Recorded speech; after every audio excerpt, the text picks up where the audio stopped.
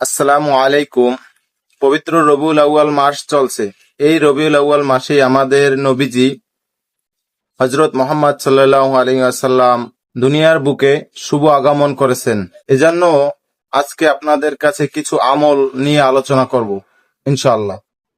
রবিউল আউয়াল মাসের প্রতি সোমবারে আমাদের প্রত্যেক মুসলমান নর-নারীর রোজা পালন করা উচিত।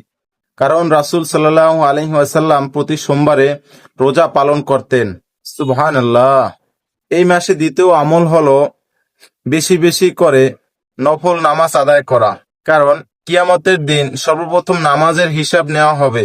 তখন যদি ফরজ নামাজের কমতি থাকে বা ঘাটতি থাকে, তখন মহান আল্লাহ তাআলা ফেরেশতাদের বলবেন, দেখো এই বান্দার কোনো নফল নামাজ আছে কিনা। সুবহানাল্লাহ। তাই অন্য সময় বিভিন্ন ব্যস্ততার কারণে আমাদের নফল নামাজ আদায় করা হয় না সেরকম। তাই এই মাসে বেশি বেশি করে নফল নামাজ আদায় করব আমরা ইনশাআল্লাহ। পবিত্র রবিউল আউয়াল মাসে আরো একটি আমল হলো রাসূল সাল্লাল্লাহু আলাইহি ওয়াসাল্লামের উপরে বেশি বেশি করে দুরূদ পাঠ করা।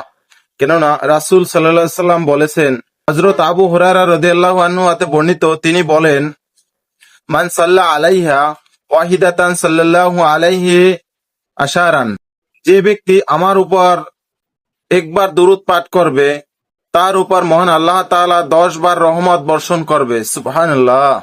তাই আমাদের সবাইকে এই পবিত্র রবিউল আউয়াল মাসে বেশি বেশি নেক আমল, নফল নামাজ, দুরূদ শরীফ এগুলা পাঠ করার তৌফিক দান করুক। আমিন। সবাই আমল করার চেষ্টা করব ইনশাআল্লাহ।